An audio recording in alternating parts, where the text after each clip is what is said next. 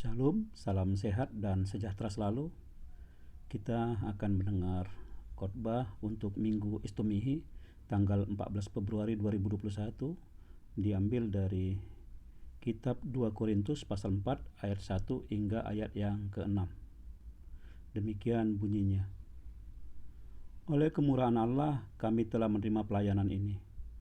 Karena itu kami tidak tawar hati. Tetapi kami menolak segala perbuatan tersembunyi yang memalukan.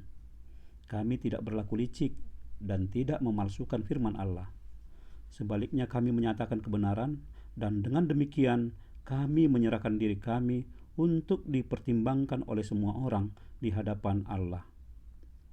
Jika Injil yang kami beritakan masih tertutup juga, maka ia tertutup untuk mereka yang akan binasa, yaitu orang-orang yang tidak percaya, yang pikirannya telah dibutakan oleh ilah zaman ini, sehingga mereka tidak melihat cahaya Injil tentang kemuliaan Kristus, yang adalah gambaran Allah.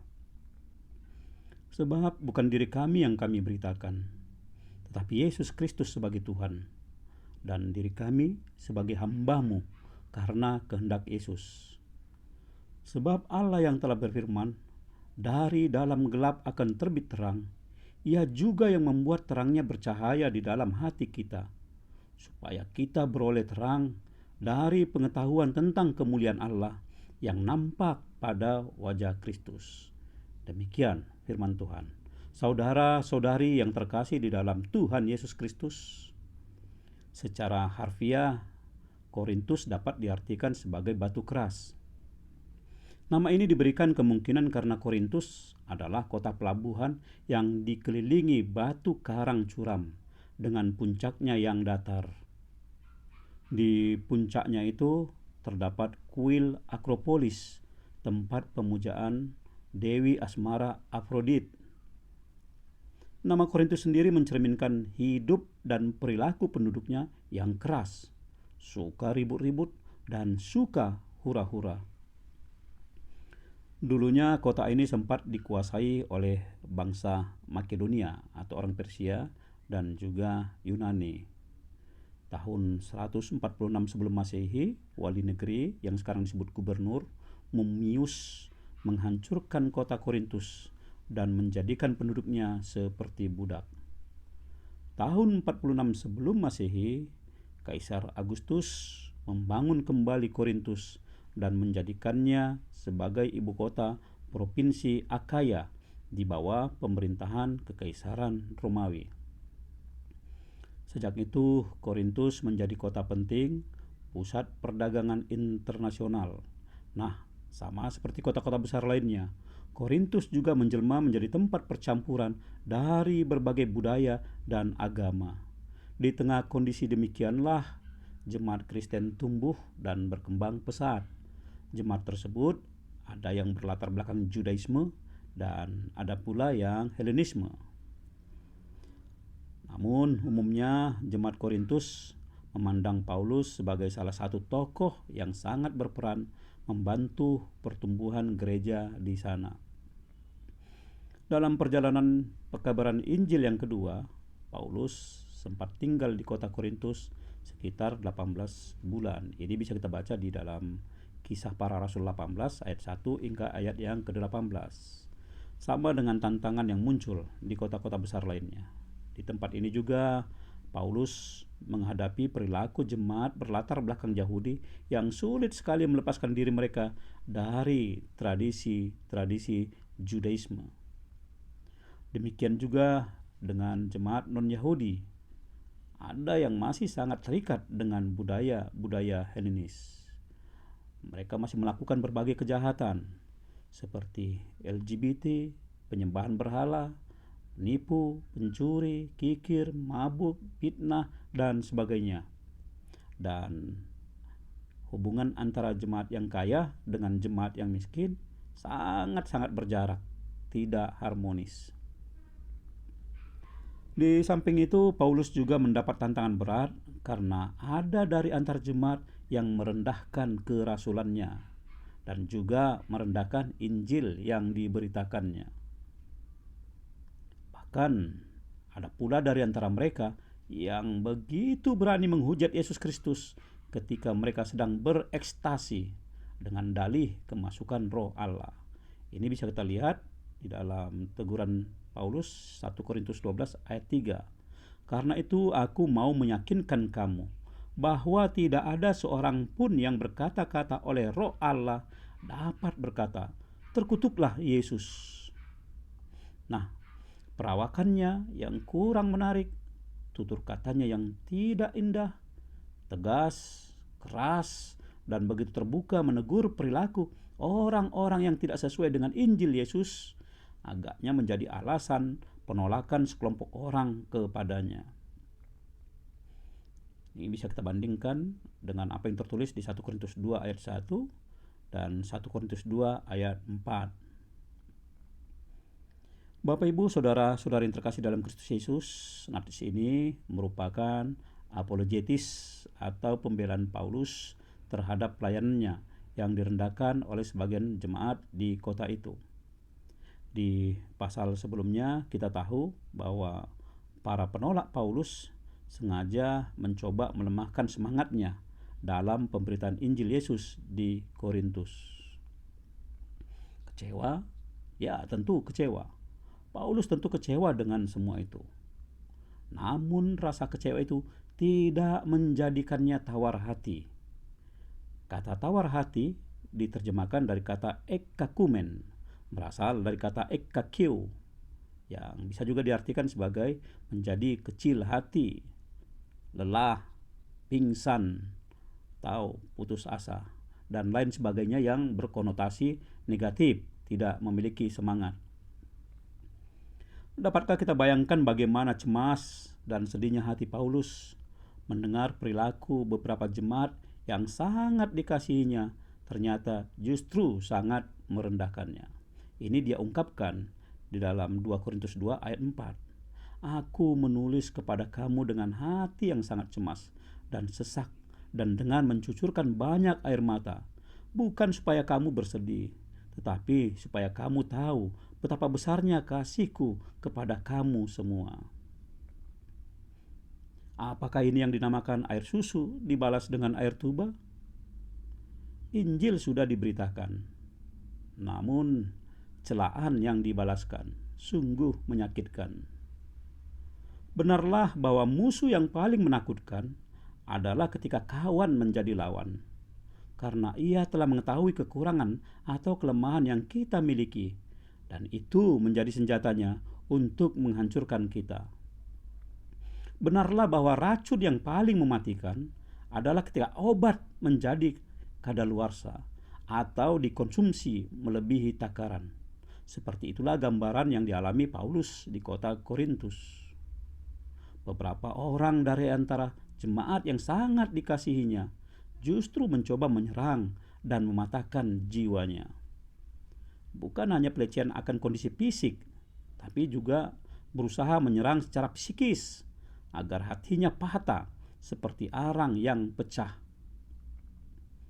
Luar biasa. Bukannya hancur, bukannya menyerah, bukannya putus asa dan tak bersedia datang lagi, Paulus justru dengan tegas mengatakan bahwa ia tidak tawar hati. Mengapa Paulus bisa begitu kuat, tegar menghadapi berbagai celaan itu? Jawabnya adalah karena ia betul-betul berpegang teguh kepada dasar dan tujuan pelayanannya, bukan kepada yang lain. Paulus sungguh meyakini bahwa dasar pelayanannya adalah hanya karena belas kasih Allah kepadanya, semata-mata hanya karena Allah yang telah memberikan semua itu kepadanya. Baginya, melayani Allah adalah suatu kemuliaan besar, sehingga ia tidak akan melepas kemuliaan itu hanya karena cercaan dan hinaan. Paulus mengakui masa lalunya yang begitu kelam. Pengetahuannya yang tinggi tentang Taurat Musa menimbulkan kesombongan rohania dalam dirinya dan menjadikannya begitu membenci para pengikut Kristus pada masa itu. Itu sebabnya Paulus mengatakan bahwa apa yang dilakukannya adalah hanya karena kemurahan Allah. Jika tidak karena kemurahan Allah, pasti ia tidak ada apa-apanya. Tidak mungkin bisa bertahan dalam pelayanannya. Implikasi dari kemurahan Allah itu adalah tanggung jawab yang besar untuk memberitakan Kristus yang adalah gambaran Allah, bukan tentang prestise atau prestasi dirinya sendiri. Pernyataan Paulus ini menjadi dukungan yang menguatkan hati orang-orang yang percaya dan para hamba Allah yang jujur dan sungguh-sungguh memberitakan Injil Yesus. Sekaligus kritik yang begitu pedas bagi orang-orang yang justru lebih bangga menceritakan prestise dan prestasi dirinya sendiri, yang sering sekali berkata, "Karena aku, karena kami," atau "Jika tidak karena aku, jika tidak karena kami, tidak mungkin bisa seperti ini." Bangga boleh, terlalu bangga jangan. Karena terlalu bangga adalah perasaan yang bedanya sangat-sangat tipis dari kesombongan. Paulus bersaksi bahwa apa yang dilakukannya dapat dibuktikan dan dapat dipertanggungjawabkan di hadapan Tuhan dan di hadapan seluruh warga jemaat. Semua itu dilakukannya secara terbuka, tidak ada yang tersembunyi, tidak ada perbuatannya yang memalukan, jujur, benar, tidak licik, dan tidak memalsukan firman Allah. Dengan kesaksian ini, Paulus mengingatkan kita bahwa pelayanan yang benar adalah pelayanan yang senantiasa memadukan antara kata dan perbuatan. Memang orang yang paling berbahagia adalah orang yang dapat melakukan apa yang telah ia katakan. Sedangkan orang yang paling menderita atau yang paling munaf adalah orang yang tidak mau melakukan apa yang telah ia katakan sendiri. Sekali lagi nats ini mengingatkan kita bahwa keselarasan antara perkataan dan perbuatan itulah kesaksian yang paling berharga akan Injil Yesus. Biarlah melalui apa yang kita katakan dan apa yang kita lakukan, orang-orang dapat merasakan pancaran cahaya kemuliaan Yesus. Jika dengan demikian masih saja ada orang-orang yang merasa tidak melihat cahaya Injil Kristus, ketahuilah sesungguhnya bukan Injil yang salah, bukan pula kita yang tidak benar, tapi memang dirinya sendirilah yang telah dibutakan oleh ilah zaman ini. Bahasa aslinya Theos ho ainos. Istilah Theos ho ainos dipakai Paulus karena ia tahu bahwa jemaat Korintus pasti mengenal ajaran agama Majusi atau agama Zoroaster tentang pertentangan antara Ahura Mazda yang diakui sebagai pencipta agung kebaikan dengan Ahirman, pelaku kejahatan, roh zaman yang selalu menyesatkan orang-orang melalui penderitaan dan juga melalui rayuan kenikmatan duniawi. Dengan gaya yang sama, Paulus mengingatkan perbedaan kontras antara Injil Yesus dengan Theos ho ainos. Perlahan namun pasti, Theos ho ainos atau ilah dunia ini berusaha menggelapkan dunia ini. Theos ho ainos berusaha membutakan hati orang-orang yang lemah sehingga tidak dapat lagi melihat kebaikan dan kebenaran. Roh dunia ini akan membutakan hati dan pikiran orang-orang yang lemah melalui penderitaan atau kebahagiaan yang sedang dialaminya. Ia membangkitkan rasa frustrasi atau putus asa dalam hati orang-orang yang sedang mengalami penderitaan atau kegagalan. Sebaliknya, ia juga akan membangkitkan rasa lupa diri, congkak, kesombongan dalam hati orang-orang yang sedang mengalami keberhasilan atau yang sedang bergembira. Dengan ini kita telah diingatkan, jika hatimu masih dipenuhi oleh amarah dan dendam, iri dan dengki, senang lihat orang lain susah, susah lihat orang lain senang, selalu cari keuntungan sendiri tanpa peduli dengan kerugian orang lain, memeras otak sendiri, mencari jalan untuk memeras hidup orang lain, melihat diri selalu benar dan orang lain pasti salah. Ketahuilah bahwa roh dunia ini sedang menikmati karyanya dalam hidupmu. Ibarat orang kantoran sekarang, roh zaman sedang membangun kantor cabangnya di hatimu, sehingga hatimu selalu dipenuhi kegelapan. Lama-lama kantor cabang itu menjadi kantor pusat. Coba, bisakah kamu bayangkan? Jika hatimu menjadi kantor pusatnya Theos Ho Ainos, maukah hatimu jadi kantor pusatnya roh dunia ini? Maukah hatimu jadi markas besarnya setan? Jangan, hancur kita. Sebaliknya di dalam Yesus semua menjadi terang. Semua terbuka dan jelas terlihat. Di tengah dunia yang dipenuhi kuasa kegelapan, Injil Yesus memberi cahaya untuk menerangi hati dan pikiran orang-orang percaya. Itu sebabnya Allah berfirman, dari dalam gelap akan terbit terang. Hati dan pikiran yang terang adalah gambaran orang-orang yang dapat membedakan dengan jelas apa yang menjadi kehendak Allah dan apa pula yang tidak dikehendakinya. Tidak ada rancangan jahat dalam pikirannya, tidak ada hinaan yang keluar dari bibirnya, tidak ada murka yang menyala-nyala dalam hatinya. Senantiasa melihat hikmat di balik segala sesuatu dan bijak dalam melakukan segala sesuatu. Tahu bersyukur ketika sedang menghadapi keberhasilan dan tahu berpasrah diri ketika ia sedang menghadapi penderitaan.